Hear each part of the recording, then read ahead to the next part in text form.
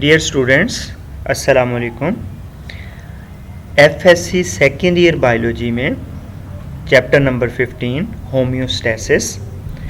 आज का हमारा टॉपिक है ऑस्मो रेगुलेशन इन प्लांट्स। तो आज के इस टॉपिक में ऑस्मो रेगुलेशन इन प्लांट्स के बारे में हम पढ़ेंगे। लास्ट लेक्चर में हमने ऑस्मो रेगुलेशन के बारे में देखा था कि ऑस्मो रेगुलेशन क्या है। ऑस्मो रेगुलेशन एक मैकेनिज़्म है जो लिविंग ऑर्गेनिजम्स में वाटर और सैल्यूट्स की जो ख़ास बैलेंस है उसे बरकरार रखने में मदद देता है। तो आज हम देखेंगे कि प्लांट्स में ऑस्मो रेगुलेशन का प्रोसेस किस तरह से होता है। आज के इस लेक्चर में हमारे जो की पॉइंट्स हैं जिन्हें हम इस लेक्चर में डिस्कस करेंगे, तो सबसे पहले हम देखेंगे हाइड्रोफाइट्स कि हाइड्रोफाइट्स क्या होते हैं, फिर हम देखेंगे मीज़ोफाइट्स, फिर ज़ीरोफाइट्स, इनको डिफ़ाइन करेंगे। उसके बाद हम देखेंगे adaptations in plants for osmo regulation कि ऑस्मो रेगुलेशन करने के लिए, बेटर ऑस्मो रेगुलेशन करने के लिए प्लांट्स क्या स्ट्रेटजीज़ अपनाते हैं, अपने अंदर क्या अडेप्टेशंस लाते हैं फॉर ऑस्मो रेगुलेशन। तो प्लांट्स जो हैं वो हमें मुख्तलिफ़ तरह के हैबिटेट्स में मिलते हैं।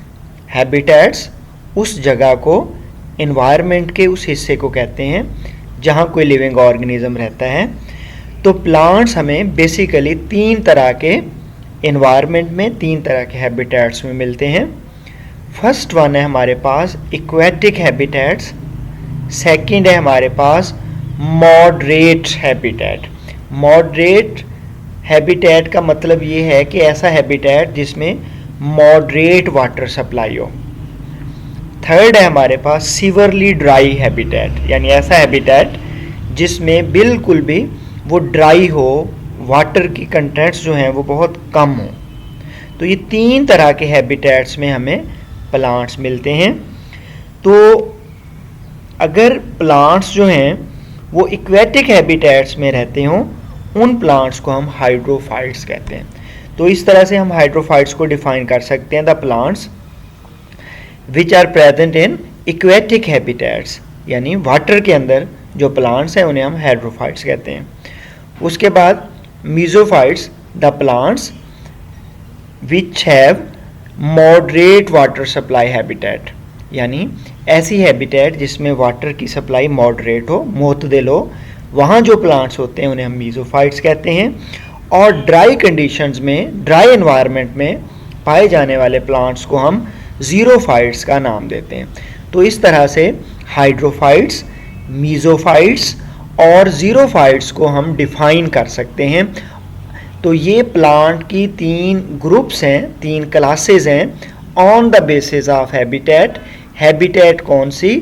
On the basis of availability of water.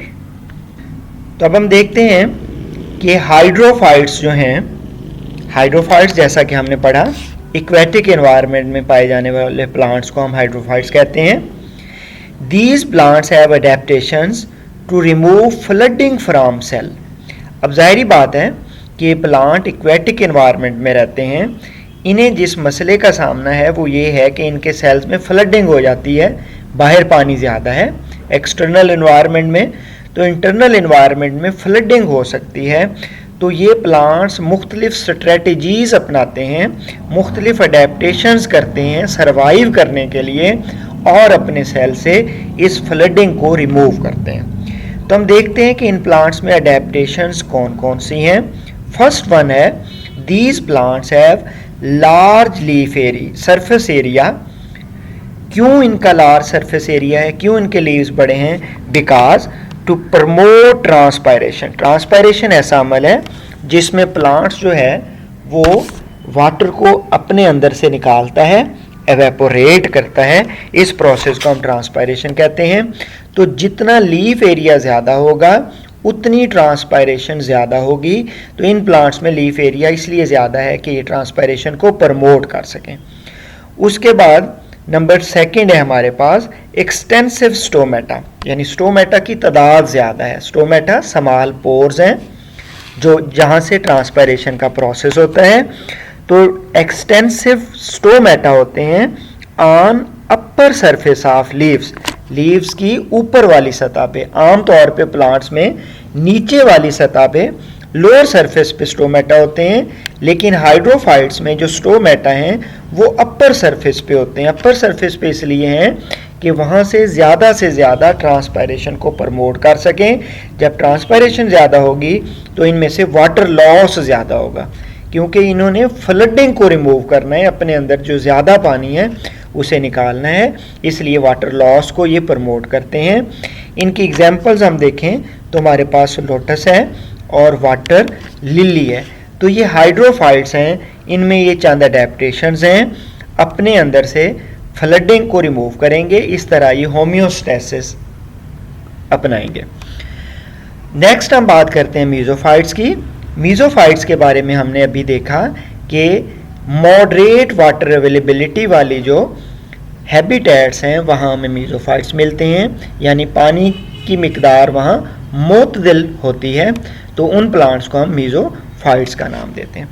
अब इनमें अडेप्टेशंस की बात करें तो इन्हें दो तरह की कंडीशंस का, दो तरह की सूरतों का सामना करना पड़ता है। या तो सफिशेंट वाटर सप्लाई होगी, यानी मॉडरेट है लेकिन कभी इनके पास मुनासिब वाटर की सप्लाई आ जाएगी, और कभी जो है वो रिस्ट्रिक्टेड वाटर सप्लाई आ जाएगी, यानी कभी पानी इनके पास सफिशेंट होगा, इन्हें अवेलेबल होगा उस हैबिटेट में, और कभी रिस्ट्रिक्टेड होगा। अगर सफिशेंट वाटर सप्लाई होगी तो क्या होगा, कौन से अडेप्टेशंस अपनाएंगे, तो ये करते हैं stomata kept open. Loss of water, excess water को ये रिमूव करते हैं। जाहिर बात है जब सफिशेंट वाटर सप्लाई होगी तो इनके पास एक्सेस वाटर आएगा, तो ये स्टोमेटा को ज़्यादा टाइम के लिए ओपन करेंगे, ट्रांसपायरेशन को प्रमोट करेंगे और लॉस करेंगे वाटर का। और अगर इस हैबिटेट में रिस्ट्रिक्टेड वाटर सप्लाई हुई तो then stomata kept close, prevent water loss. इनकी एग्जांपल्स हैं हमारे पास ब्रासिका, रोज, मैंगो एक्स्ट्रा, और भी बहुत सारे प्लांट्स हैं जिन्हें हम मीजोफाइट्स कहते हैं। उसके बाद हम बढ़ते हैं, हमारा तीसरा ग्रुप है जीरोफाइट्स। जीरोफाइट्स हमने देखा कि जहाँ वाटर सप्लाई कम हो, ड्राई कंडीशंस हों, उन प्लांट्स को हम जीरोफाइट्स कहते हैं। तो इनमें अडेप्टेशंस की अगर आप बात करें, they have adaptations to reduce rate of transpiration. अब इनमें वो अडेप्टेशंस हैं, अब इन्होंने पानी को बचाना है, क्योंकि पहले पानी कम है एनवायरनमेंट में, जो ये हासिल कर लेंगे उसे ये बचाएंगे, सेव करेंगे, ट्रांसपायरेशन को कम करेंगे।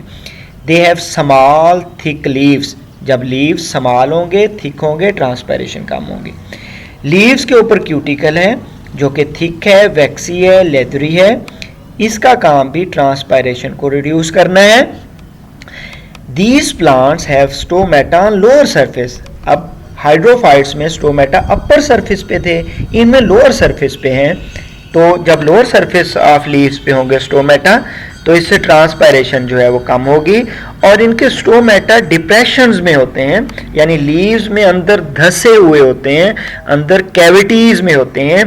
ऐसे स्टोमेटास को हम संकन स्टोमेटा का नाम देते हैं, और ऐसे स्टोमेटा से ट्रांसपायरेशन रिड्यूस हो जाती है। उसके बाद दे शेड लीव्स अक्सर औकात ये अपने गिरा देते हैं, ना लीव्स होंगे ना ट्रांसपायरेशन होगी। उसके बाद इनका स्टेम फोटोसिंथेटिक होता है। स्टेम जो है वो वाटर को अपने अंदर स्टोर कर लेता है, जब इन्हें अवेलेबल वाटर होगा तो अपने अंदर वाटर को स्टोर करेगा। इसकी एग्जांपल हमारे पास कैक्टस है, और जितने भी डेजर्ट्स प्लांट हैं वो हमारे पास जीरोफाइट्स हैं। तो जीरोफाइट्स में ये अडेप्टेशंस हैं, ये अडेप्टेशंस ये इसलिए अपनाते हैं कि वाटर को कम से कम ज़ाया किया जाए, और इस तरह से ये बेटर तरीके से सरवाइव करते हैं अपनी हैबिटेट में। तो ये तीन ग्रुप्स मुख्तलिफ तरह की अडेप्टेशंस रखते हैं, और उन अडेप्टेशंस के ज़रिए ये बेटर सरवाइव करते हैं। तो ये आज का हमारा लेक्चर था। Thank you very much. Stay home, stay safe. अल्लाह हाफिज़।